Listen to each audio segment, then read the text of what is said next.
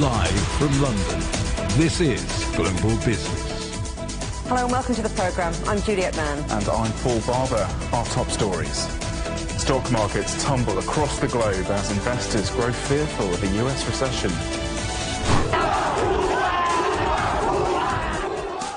After weeks of deadly unrest, Bangladesh protesters stormed the Prime Minister's official residence, forcing her to resign and flee the country. Britain's worst civil disorder in more than a decade. The UK Prime Minister calls an emergency meeting over far-right race riots. Signs of escalating tensions in the Middle East as Israel moves its troops to the West Bank border.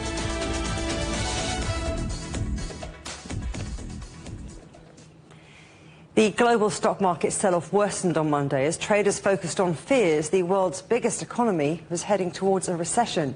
That was sparked by worse-than-expected US jobs data on Friday. 114,000 jobs were created in July, far below expectations for 185,000 new hires. Now, investors are also worried that the Federal Reserve's behind the curve in cutting interest rates to support an ailing economy. So let's take a look at the details. In Japan, the Nikkei saw its worst day since the 1987 Black Monday crash on Wall Street. It ended today down 12.4%. European stocks followed Asian markets lower, plunging at the open as the VIX Volatility Index surged to its highest in more than 4 years. Now, it's sometimes known as the fear index, and that's a sign of uncertain times ahead. So have a look here at the Euro Stoxx 600, down just over 2.5%. Now, in London, the blue chip FTSE 100 index fell sharply at the open, with every stock seeing losses. Utility companies were the worst hit, in fact. The index ended the day more than 2% lower, as you can see.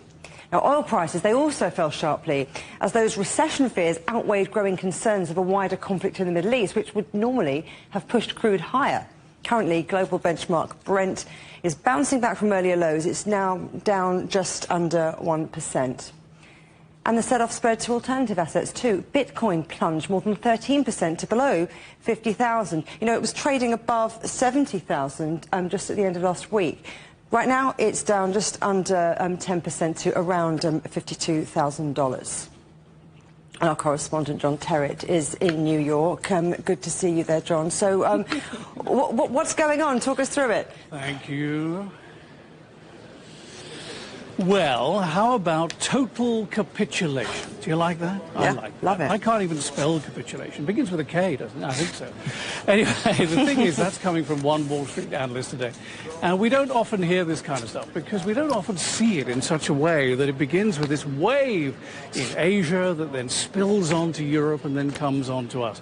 Not at this level. I mean, it obviously happens on a much smaller scale, almost weekly, but not at this level. I mean, the Nikkei down 12%. Yeah. That is an awful lot. Of course, it doesn't help, I think, that the yen is rising against the dollar very strongly at the moment, and we need to see how that all plays out, because remember, Japan is one of the biggest economies in the world, and it holds lots of dollar reserves. So that's part of that as well. But the Kospi in South Korea, the ROK, come on. I mean, that's the most stable market there is in Asia, and yet it was down 9%, and they had to stop trading at one point on their Monday session. And as you said, the Nikkei had its worst day since 1987. That's 37 years ago, very, very long time.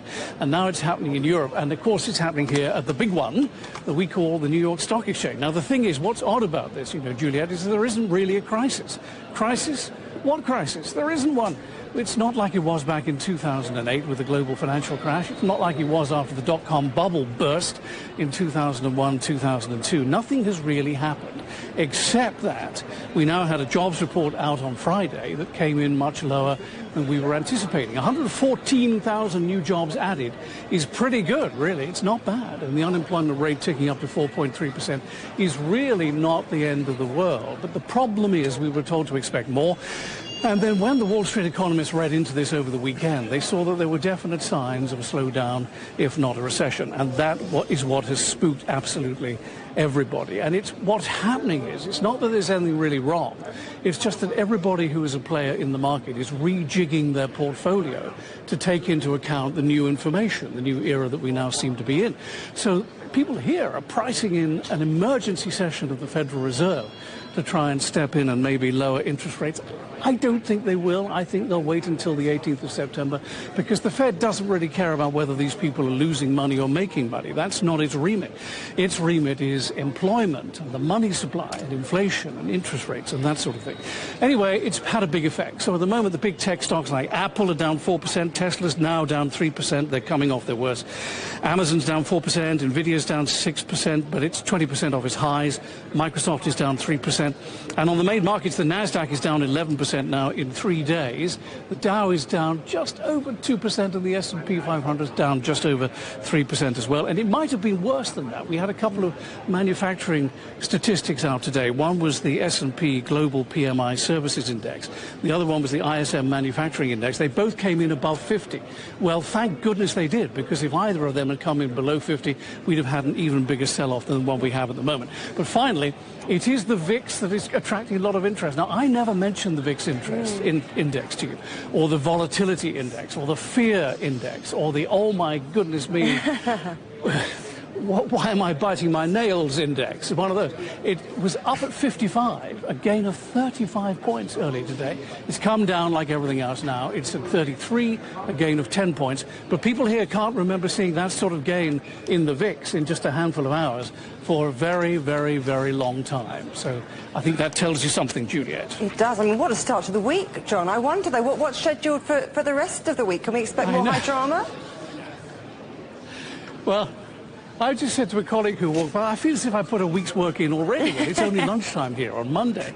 Anyway, you know what's happening here at the moment. Tomorrow, Tuesday, we get a lot of earnings from big companies. Caterpillar does a lot of work in China. Uber, as you know, the worldwide ride-hailing service. And Airbnb. I have a great story about Airbnb, which I'll hold until tomorrow. Also, we get international trade on Tuesday. On Wednesday, it's Disney and consumer credit. On Thursday, the initial jobless claims. Now, this is the number of people signing up for unemployment benefit every week at the state level. This now becomes very, very, very important because this is a jobs-based sell-off, because they're worried that there are going to be jobs sold off and we'll go into a recession or a slowdown. But actually, companies aren't really laying very many people off at the moment. Intel is about to lay off 15,000 workers. They told us that last week. But most companies are laying off here and there, but it's not too bad. So the weekly jobless number on Thursday will be super duper important. But of course, finally, the big story of the week that everyone wants to hear about, and we're still waiting here, is who is Kamala Harris going to pick as her running mate? Now, at the moment, it's down to a senator from Arizona, a governor from Pennsylvania, and the transport secretary. But she's going to have to let us know very soon, because tomorrow, Tuesday, she's in Philadelphia making a big speech, and alongside her will be whoever she's chosen. So that's the next big shoe to drop here. Who is Kamala going to choose as her running mate? You've got that short list then of three. It'll be exciting to find out. John Terrett, thanks ever so much. That's our correspondent, John Terrett, from the New York Stock Exchange. Thank you. Well, let's dig in a little bit more to the markets. Joshua Mahoney's Chief Market Analyst at Scope Markets. And it's always good to see you, Joshua. Now, look, because we've been talking about Japan saw its biggest one-day drop since 1987, wiping out all of the gains they've had all year. So what is going on? Is this another Black Monday? Yeah, exactly. 12.5% off in the Nikkei 225. I mean, it's going to feel like a Black Monday, but certainly this was to some extent expected. Certainly not to this degree, but it comes off the back of a period of harsh declines for Japanese stocks as we saw the resurgence of the Japanese yen, the unwinding of those yen shorts, really dealing significant damage when it comes to the Japanese indices. And it's, as you've said, reversed a market that has been, by and large, the outperformer when it comes to equity markets over the course of 2024 thus far. It was up something like 26%. Well, now it's pretty much not up over the course of the year. But certainly it's been a pretty volatile time, most notably over in Japan. And there's no guarantees that this is going to be the end of it. And we've seen a sea of red across bourses around the world. I mean, why are tech stocks in particular and crypto, so Bitcoin, having that major battering? Well, first and foremost, tech stocks have been hit hard for weeks now because as we came into the US earnings season, people became very fearful that the sky-high valuations that are attached to these companies may not be justified. Now, many of these companies have done relatively well when it comes to their earnings, but now we find ourselves in a position where there's fear about the unwinding of the carry trade associated with Japan. People are essentially selling positions, even if they think they're good positions. They're just having to get out of them, to liquidate them, to fund other positions that they owe money for. Now, certainly when it comes to things like gold and things like Bitcoin, arguably they should do well at times like this, where there's a ramp up in expectations around easing from the Federal Reserve. There's a devaluation of the US dollar. But as we've seen many times in the past, and people that follow the markets will know this, at times like this, where you see widespread selling, people even sell the things that arguably will do well once all of this settles down. So I think things like Bitcoin and gold might do well in the medium term, but just for the short term, where we're seeing these jitters, you're likely to see selling pretty much everywhere. So a bit of a tech bubble maybe, and then some people profit-taking while they can with crypto. Look, let's talk about the US economy, because JP Morgan, they're saying there's a 50% probability of a US recession, which will inevitably drag down markets around the globe. But that also means there's a 50% probability that there won't be a recession, doesn't it? Yeah, we've seen Goldman Sachs upgrading their sort of likelihood of a recession to 25% from 10%. So, you know, people are upgrading the chance of it. But bear in mind that US GDP is currently running, according to the Q2, at 2.8% annualized. So we're not talking about an economy that's on the brink of negative growth. Certainly everyone's a little bit shocked and not feeling great about the fact that we've seen this uptick in terms of unemployment. And that in particular has really sparked these calls for a recession. But we're some way away from it, and there's a good chance that this fear of a recession could suddenly cause 50 basis points worth of cut here and there, and all of a sudden we're seeing the economy boom and everyone's worrying about inflation again. Joshua Mahoney at Scope Markets, thanks ever so much. China's services sector picked up momentum more than expected last month. The Caixin S&P Global Services Purchasing Managers Index, or PMI, rose to 52.1 last month from 51.2 in June, helped by new orders and suggesting expansion for the 19th month in a row. TikTok has agreed to withdraw its rewards program from the European Union to comply with their tech rules. TikTok Lite, which is a smaller version of the app, has a scheme that allows users to earn points when watching videos, liking content or inviting friends to join. But the EU expressed concern about the potential impact on users' mental health and launched the formal action. All right, you're watching CGTN. Still ahead on the programme. Celebrations in the streets of Bangladesh as the Prime Minister faces exile after resigning, fleeing to India amid weeks of deadly protests.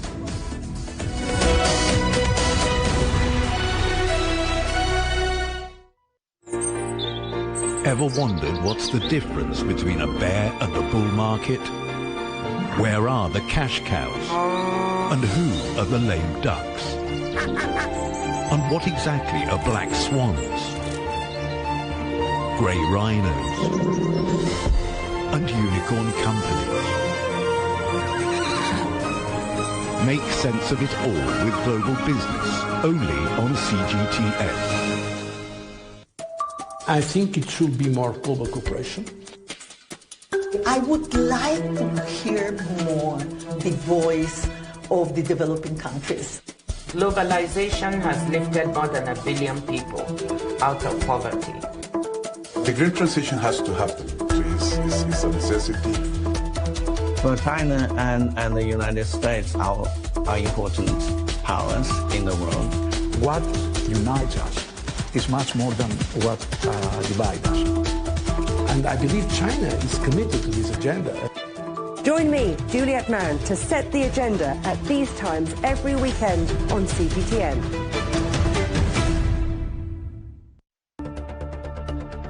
Events have consequences. Words create impact. One more offensive in a long line of battles that's been ongoing for more. Just got to be careful here with some gunshots. Excuse us. The world today matters for your world tomorrow. The number of casualties is growing quickly. Why, this is one of the hardest hit towns in the region. The world today, every day on CGTN.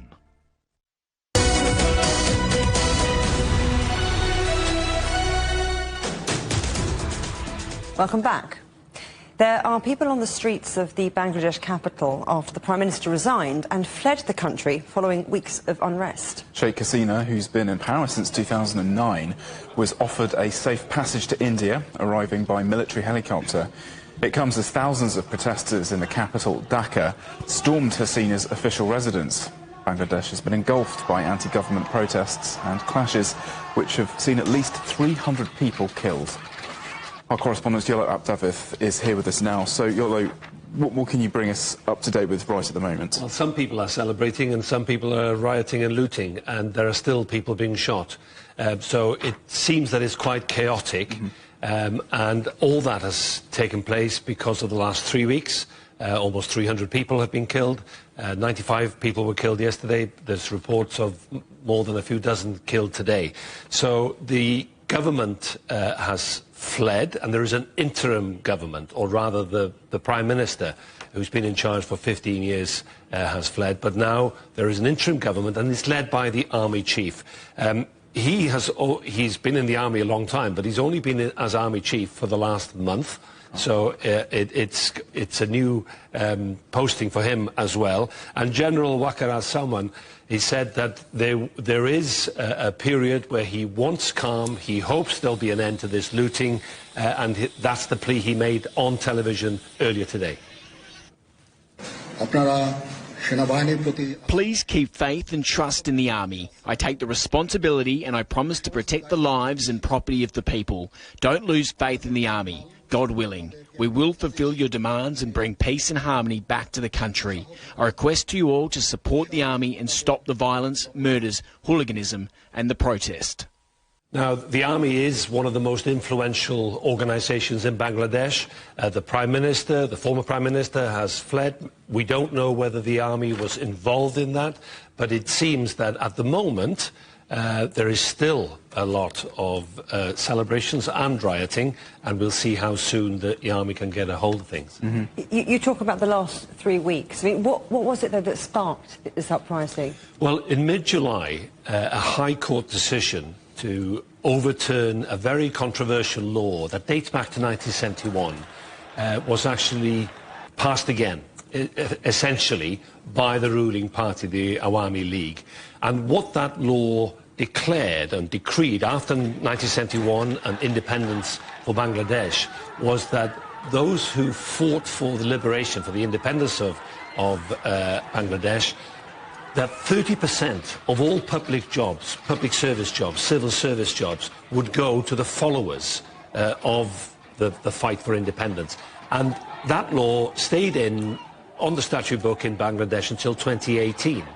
And the Awami League and Prime Minister Sheikh Hasina changed that in July because that meant that descendants of people who fought for independence also could go for these jobs. So people were complaining about corruption, they were complaining about that there was chaos in terms of the economy as well, and all that has destabilized Bangladesh, and the economic picture is not great, even though the previous governments have done reasonably well from the year 2000 onwards, but until 4, 5, 6 years ago. And now there is quite a horrific problem facing the economy in Bangladesh. That's why they had an IMF bailout of $4.7 billion last year, and of course this won't help the situation in Bangladesh.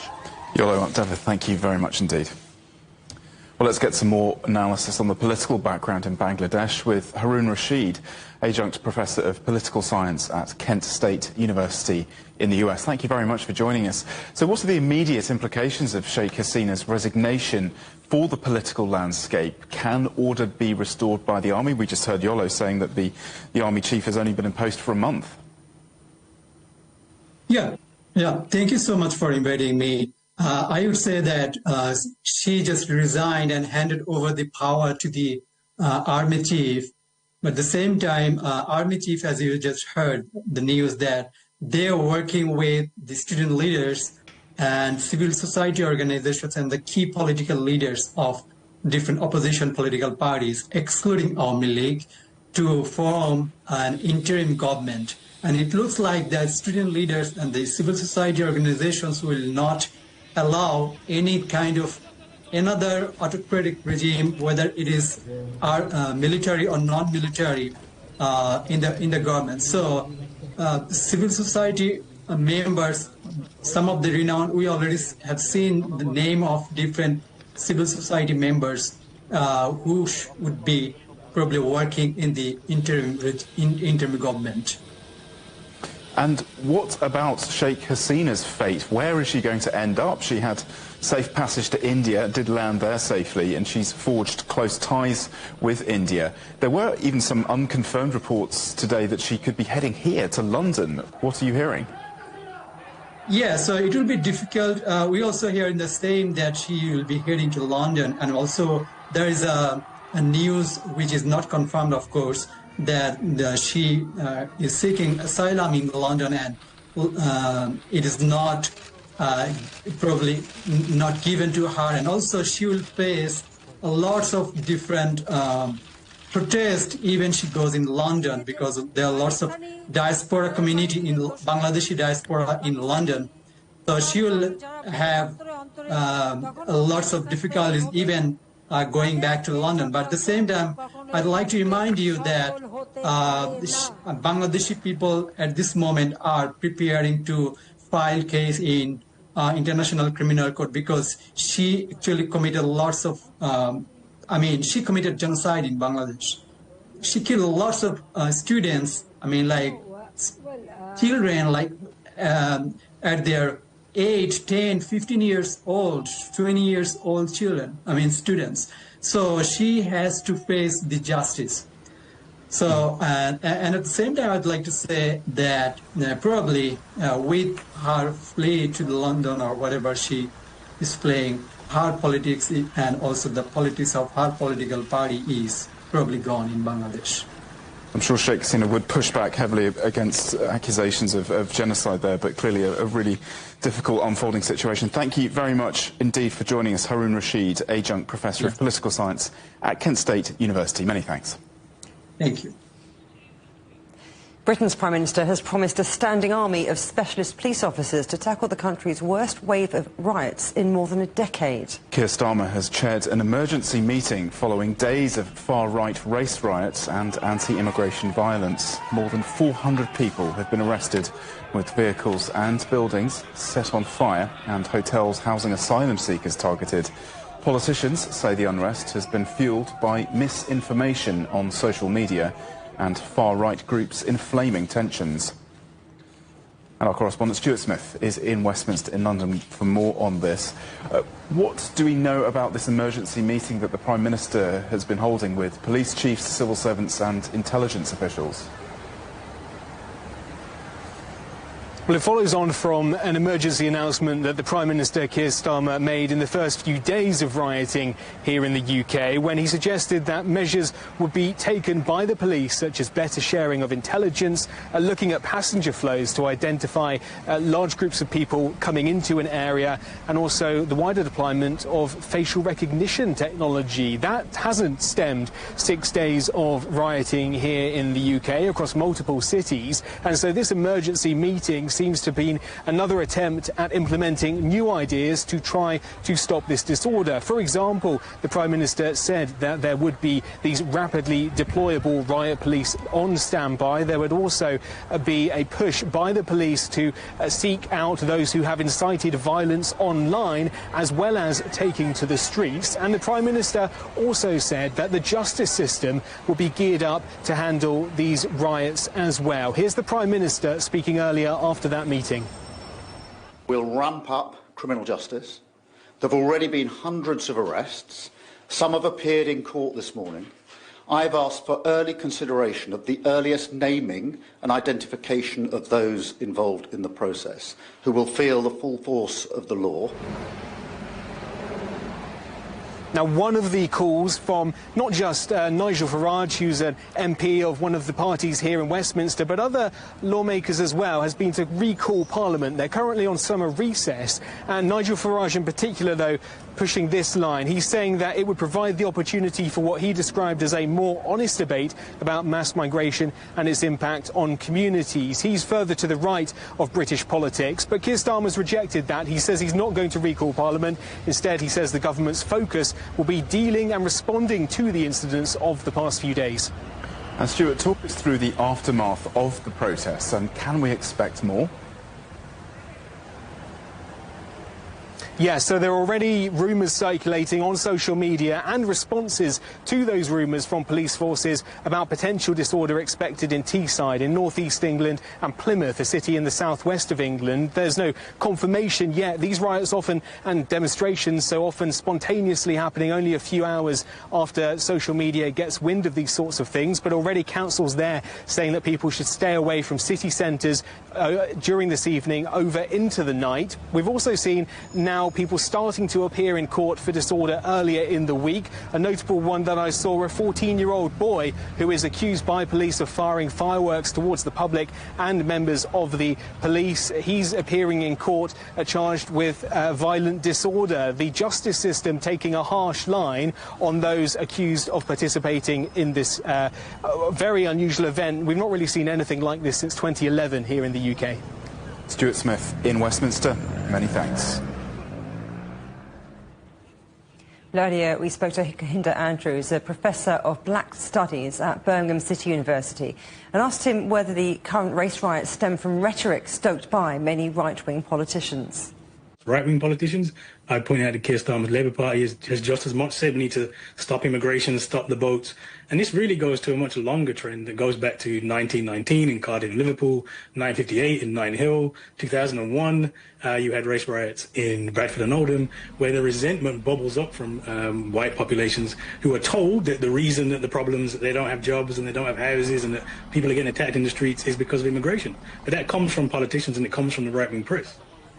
And how big a problem is white extremist right-wing ideology in this country, and how much responsibility lies with the failure of previous administrations to take it seriously? There have been warnings of growing extremism and more sophisticated online incitement and disinformation methods. You know, the former counter-extremism advisor today saying that the previous three prime ministers did nothing when she warned that this was a growing threat. Well, yeah, unfortunately, we tend to criminalise black and brown people. So when you think extremism, terrorism, there's a heavy focus on Muslim communities and actually a massive under-focus on a much bigger threat, which is white extremism. But there's a more important problem, which actually is this is not even extreme anymore. The rhetoric that's coming out from, in the 70s, would say National Front, has now been mainstream. The fact you had Nigel Farage in Parliament on the TV, you just mentioned him, he is a figure from the far right, which has now become mainstream. And that's the much bigger problem. These ideas are now not extreme at all. They're right in the centre of discourse in this country. And do social media companies need to be held more responsible for this kind of content?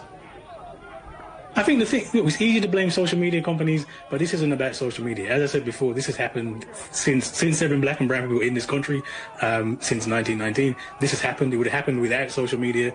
This is actually a problem for politicians, it's a problem for the media, it's a problem for all of us. It's a much bigger problem than just to say, well, can you shut this down on Twitter and misinformation? Misinformation will spread no matter what. The real problem is actually where we are as a country politically, and to be honest, we're so far right now that we wouldn't even recognise this 20, 30 years ago. Mm-hmm. And that goes just as much to Keir Starmer and the Labour Party as it does to the Tories. And you're watching CGTN, still ahead. Israel moves its troops to the West Bank border as tensions heighten in the Middle East.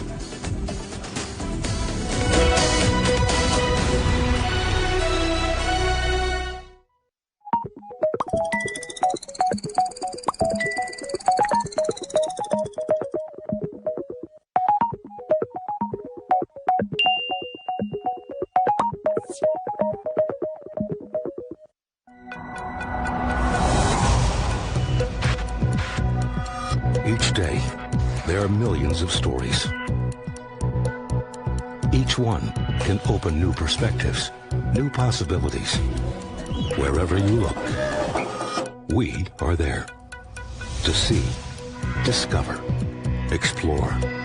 We put the pieces together to find what really matters to you. All around the world, all around the clock. Our reporters are at home across the globe. From our headquarters in Beijing and production centers in Washington, Nairobi, and London. China Global Television Network. Stories from across the globe, reaching people across the globe. CGTN. See the difference. What do we mean when we talk about the difference? The difference is in the detail, the background, defense ministers from the wider angle and perspective of every story, wherever the story may be. CGTN. See the difference.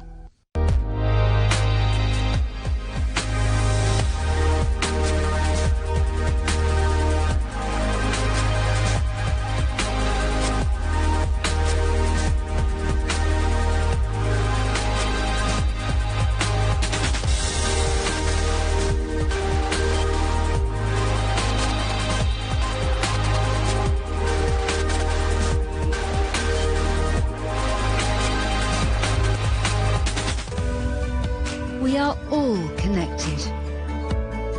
Across borders, across continents, connected by ideas, a shared humanity. Stay connected.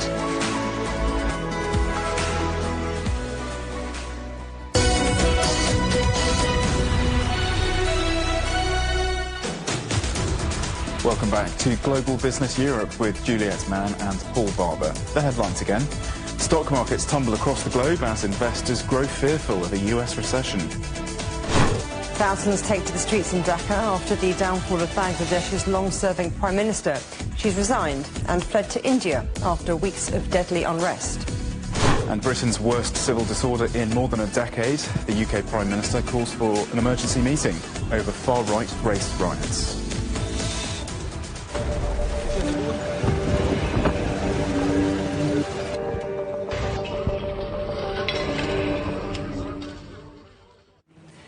Israel is sending reinforcements to towns bordering the West Bank because of fears an attack by Iran and its proxies may be imminent. Defence Minister Yoav Gallant says the country must prepare for a quick transition to an offensive. It comes as Iran warned that punishing Israel is necessary to prevent further instability in the region after the killing of Hamas leader Ismail Haniyeh in Tehran last week. The White House says President Joe Biden is meeting his national security team as the US deploys extra fighter jets and warships to the region.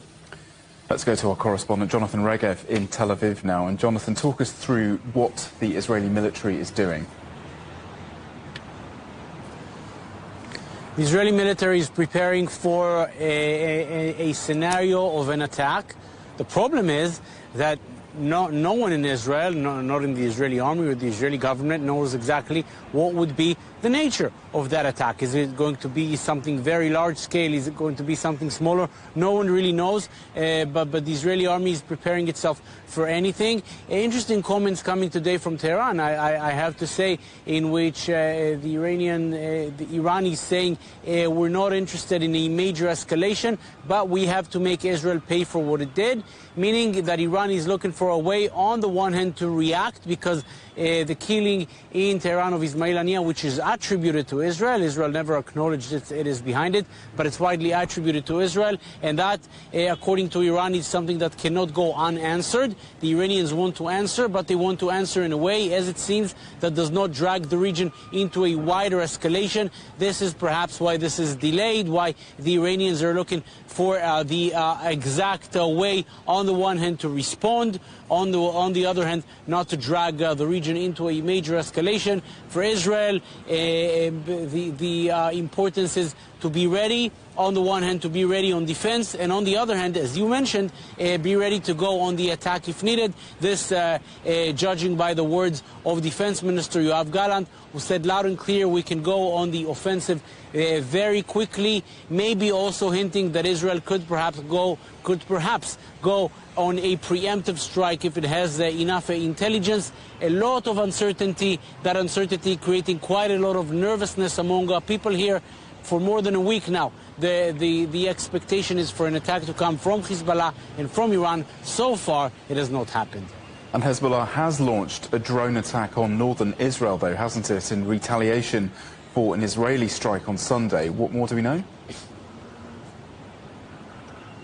Yes, we do know that on the northern border, regardless of any major attack that Hezbollah may be planning, on the northern border, it is as difficult as it is to call it this way, business as usual, meaning Israel attacks with drones, killing Hezbollah operatives. Hezbollah reacts by sending UAVs, by sending rockets into Israeli territory. This is something that has been happening on that northern border for nearly 10 months now, since October 8th, a day after the October 7th attack.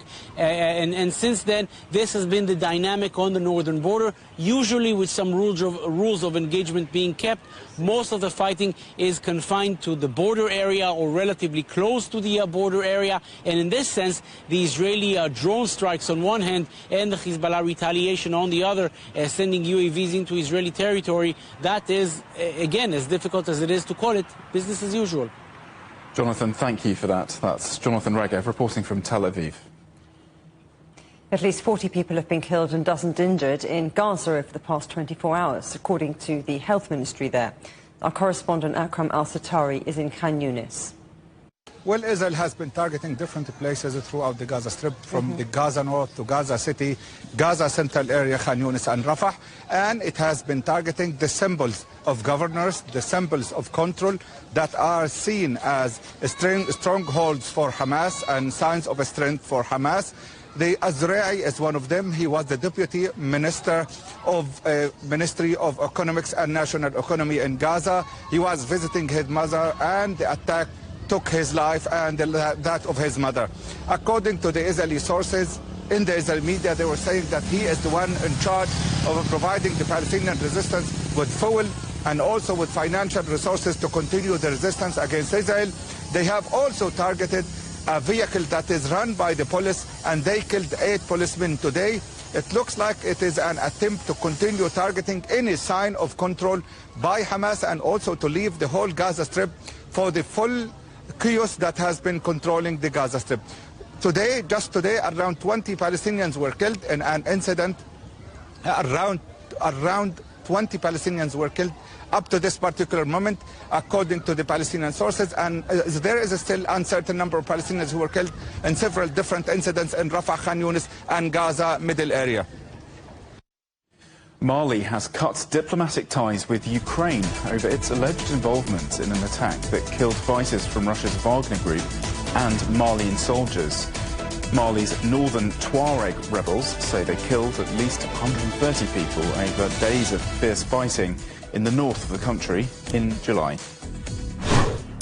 Hurricane Debbie has made landfall in the southern U.S. state of Florida, with officials warning of potentially historic rain and catastrophic flooding. The governor has called up 3,000 National Guard troops and placed most cities and counties under emergency orders. Georgia and South Carolina have also declared states of emergency, with Debbie expected to carry similar conditions north. Meanwhile, on the other side of the United States, continued hot and dry weather is making conditions really difficult for emergency services battling the blaze known as the Park Fire in Northern California. It's already the state's 4th biggest wildfire in history, having burned through 400,000 acres, an area larger than the size of Los Angeles. You're watching CGTN. Still ahead. China snapped the United States' 64-year unbeaten streak in the men's 4x100-metre medley relay.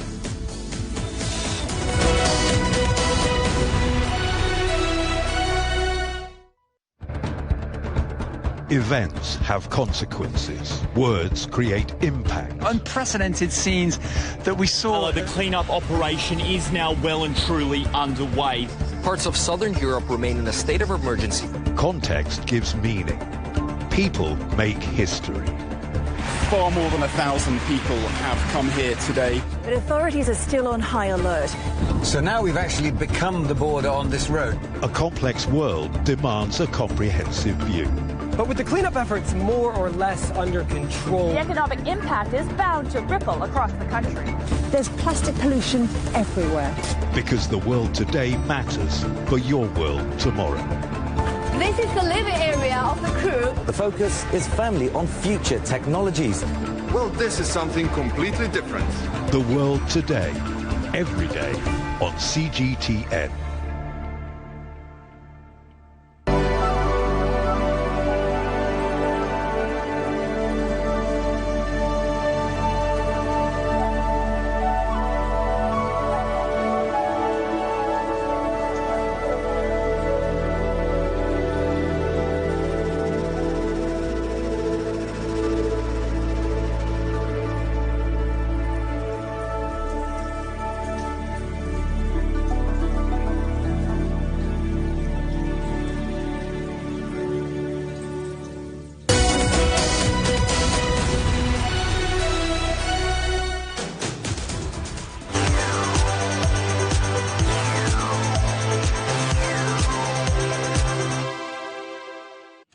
Welcome back.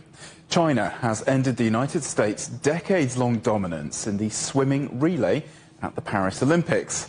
Peter Oliver is in Berlin and joins us now. So, Peter, put this in perspective for us. How big a win is this for China? Well, look, on the one hand, this is probably one of the biggest upsets in Olympic history. On the other hand, considering how some of the Chinese swimmers have performed, if it was going to happen, it was going to happen here in Paris at these 2024 Olympics. Let's start with the upset and why it's such a big issue. Now, if Team USA were planning ahead of these Olympics, they probably would have had the men's 4x100 medley relay swimming down as most likely a gold, because every time they've taken part in it before this Olympics here in Paris, they've won. Since it started, since it was introduced into the Olympic program back in Rome in 1960, they have won every time the US has taken part. I say every time they've taken part because the US boycotted the Olympics in 1980 in Moscow and therefore didn't win that particular one. There has been a changing of the guard, though, and it's a big issue because this is a big statement by Team China, because this is a sport, a discipline of the swimming sports that the USA dominates because of the way the collegiate system operates in the US. Relays are a big part of that. They're a very strong team when it comes to relay swimming, but not strong enough to compete with the current Team China side. They absolutely blasted the US, particularly on that anchor leg, and it was that man again, Pan Jianliu, on his 20th birthday. He put in, let's remember, this is the guy who won the gold in the 100 meters freestyle earlier in the games by breaking the world record and turning quite a few heads in doing so. I think quite a few of those heads were watching him go by like that. This boy is rapid. On his 20th birthday, he actually put in a faster 100 meters than the one that broke his world record earlier in the games. It doesn't count as a world record because it was in the relay. Only the first leg of a relay can qualify for a world record. But what we've heard from the other swimmers that took part was this was one of the anchor legs in this event that will go down in history. Pay attention to Chinese swimming in the future. They have announced themselves at these Olympics, really. All right, well, that's the swimming. Overall, Peter, China has passed the 50 medal mark for this Games today. What's happened so far and what else is still to come today? A Chinese gold rush continues, really. We saw gold for Team China in the men's parallel bars, also in the shooting. I talked about the swimmers blasting people out of the water, the shooters, well, quite literally blasting targets, but they have done phenomenally well. Medals upon medals upon medals. This time it came in the 25-meter rapid-fire pistol. It was Li Huihong who took the gold, adding another to the haul of what Team China have picked up so far. There was a silver medal in the badminton that went to He Bingjiao in the women's singles there. We are expecting a little later on one of my favourite events to take place. We've got the women's discus coming up, and we've got one of my favourite athletes going for, well, something that's been missing for her collection. We're talking about Fong Bin in the women's discus. She has a World Championship gold. She has I have to say, I'm a little bit biased here. She's also one of the nicest people you'll ever meet in sports. We spoke to her last year in Budapest after she picked up her bronze medal in the World Championships, and she had eyes set on going better here in Paris and looking for that gold medal. So I'll be keeping an eye on that. It gets underway a couple of hours' time here in the French capital. Here's all hoping that Fong Bin can add that Olympic medal, hopefully a gold one, to her very large collection of accolades. Yeah, well, always nice to hear that she's a nice person. And what fun is in store for tomorrow, then? Well, not just tomorrow. We'll have a little look ahead. Before we look ahead, we'll look back a little bit. We had the mixed triathlon take place today. Now, I guess everybody who's heard us talking about these games is sick of us talking about the water quality in the River Seine, but it is a major issue. It was a major issue today. We saw the Belgian team not take part in it. We also understand one of the Belgian athletes is particularly unwell and has been seeking hospital treatment following being in the Seine. Coming up, we have the open water swimming, which will take place where? In the River Seine. So we are going to continue talking about water quality for a little bit. We have also, coming up in a few days' time, on Wednesday, I believe, is the first medal that can be won. We're going to see China's weightlifters. Now, we heard earlier from the Chinese weightlifting head coach from the women's team. They sound supremely confident coming into this. Now, bear in mind, they only arrived here in Paris. These games have been going on for a good old while now. We're on day 10 right now, but they only arrived in Paris on Sunday. We spoke to the media as they were getting in taxis, heading their way to the Olympic Village, saying that they were supremely confident and they're hopeful of being able to add to those medal tallies. Be looking at that as well. There's also the men's 110 metres hurdles coming up. China very well represented in that. Also, for me, coming up right at the end, the marathon. Big fan of the marathon here. A very tough track to run the marathon here in Paris. It's not going to be one of the record-breaking ones, but you are set for a phenomenal marathon to take place here at these games. Excellent. We look forward to that. Well, Peter, thank you very much. And I'm sorry, I said you were in Berlin when I introduced you, but of course you're very much in Paris covering the Olympics. It's all right. I usually am. You're more than forgiven there, Paul. You are a Berlin correspondent, but certainly our Olympics correspondent at the moment in Paris. Thanks, Peter. I also love how every event is his favourite. His new favourite. Yeah, and he's really passionate about the games. It's brilliant. Let's talk a little bit more about the Games. China's Zhu Jinghuan has successfully retained the Olympic parallel bars title, securing his third medal of the Paris Games and China's second gold in gymnastics. The 26-year-old earned a staggering 16.200 points. That's significantly higher than his rivals. Ukraine's Ilya Kovtun took silver. Japan's Shinosuke Oka won bronze. In the floor exercise, Brazil's Rebecca Andrade denied Biles that top podium spot, marking her country's first Olympic gold in gymnastics. You know what? China remained top of the medal table with 21 golds, 17 silvers and 14 bronze medals. The USA are in second with 19 golds. Australia's jumped to third. Hosts France are now in fourth, and South Korea is in fifth. Well, our correspondent Siobhan McCall has been looking at some of the most popular Olympic moments on social media over the last 24 hours. Noah Lyles always said he was going to win gold in the 100 metres, but even he wouldn't have predicted what has been called the Instagram America I told you I got this.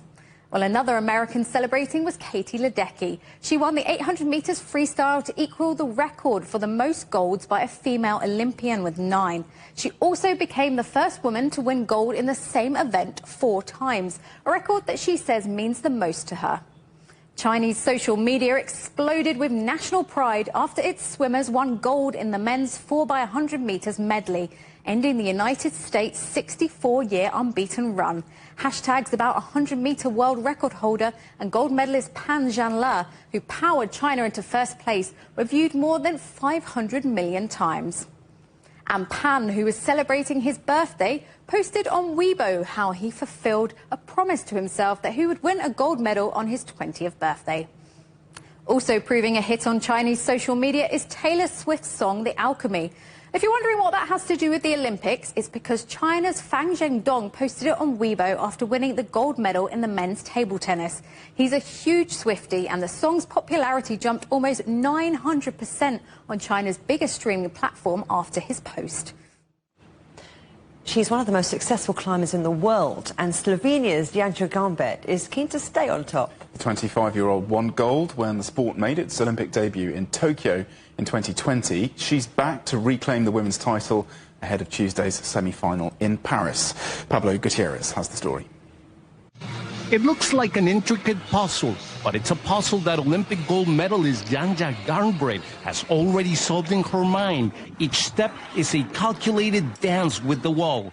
Yeah, basically I feel the moves, I feel the momentum, and I just follow it. I just follow my instincts, and I just like go with the flow, and that has always been my thing, like just going with the flow, just feeling the holds, feeling the movement, and then my body just follows. Her rise began in 2016 when at 17 she topped the IFSC World Cup. Since then she has won 8 World Championship medals, 41 World Cups and Olympic gold in Tokyo. Despite her remarkable success, she trains as if she's never tasted victory. I don't let success define me. I know that I need to still keep working hard to be the best. Garnbret is determined to win her second gold medal in Paris, aiming to maintain her status as the sport's only female champion. Her recent victory at the Innsbruck 43rd World Cup served as a test of what's to come in the French capital. Pablo Gutierrez, CGTN, Prevalje, Slovenia. As all eyes are on Paris at the Olympics, we take a nostalgic journey back to the year 2000, when the Olympic torch was passed to Sydney, Australia. John Foreman is an acclaimed musician who captured the spirit of the nation with his composition for the Games' opening ceremony.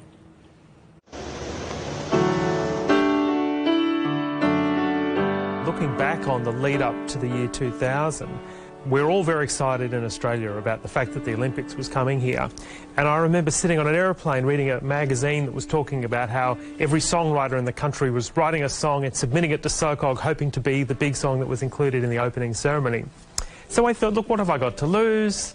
I'll sit down, I'll see if I can come up with something and send it in and see what happens.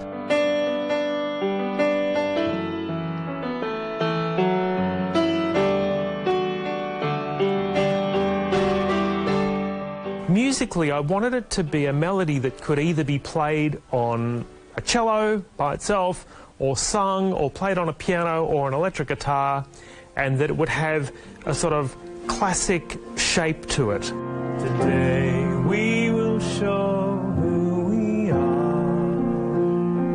We are the earth, and we're together.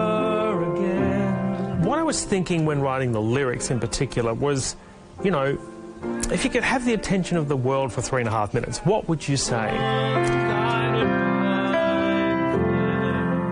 One of the biggest songs on the day will accompany the lighting of the flame. The song, The Flame, has been written by Good Morning Australia's John Foreman, and it will be sung by Tina Arena. The song had been previewed just a little bit. It had been released just a few days before the Games, so there was a little bit of anticipation leading up to it. But it really was such a euphoric feeling, that opening ceremony. And I think whenever a country experiences an opening ceremony, there is a feeling of pride and euphoria, because the Olympic Games obviously is a celebration of sport, first and foremost, but the opening ceremonies and the closing ceremonies are a chance for a country to display its cultural identity, its musical identity.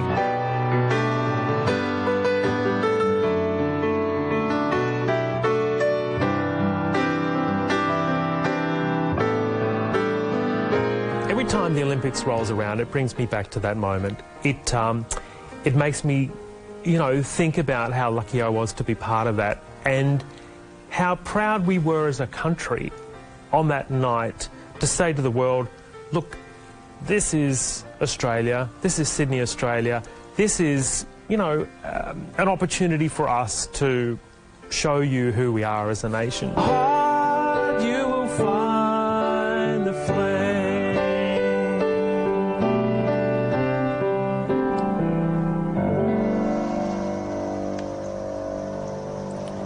Just wait for this applause to die down. Oh, okay, right. But of course, Paris 2024 is focusing attention on great sporting moments. But the Olympics is also an opportunity for the city to showcase its charm. CGTN Olympics correspondent Ken Brown decided to take a look for himself and do it in style. Welcome to Montmartre, the most visited place in the most visited city on the planet. Montmartre is a must in Paris, and if you happen to be here for the Olympics, what better way to see it than in this classic? Very good driver. This is a Citroën 2CV, a revolution of a car.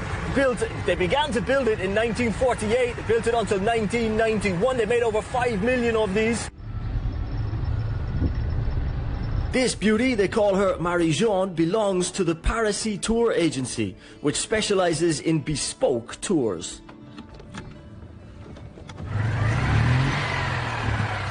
Owner Yannick and manager Antoine are ready to take us on a journey to the heart of Montmartre.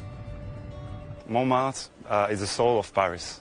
Today we're going to see obviously the Sacré-Cœur, which is the crown of Montmartre, but we're also going to see some of the most secret spots in Montmartre that, well, not a lot of people know about. They come at you fast. Picasso's home and studio for 10 years. One of the windmills immortalized in a Van Gogh or Van Gogh painting. The Montmartre Museum where Renoir lived. This was Renoir's studio at the heart of Montmartre and at the heart of the Impressionist movement. The light is perfect here, north facing, the same all day.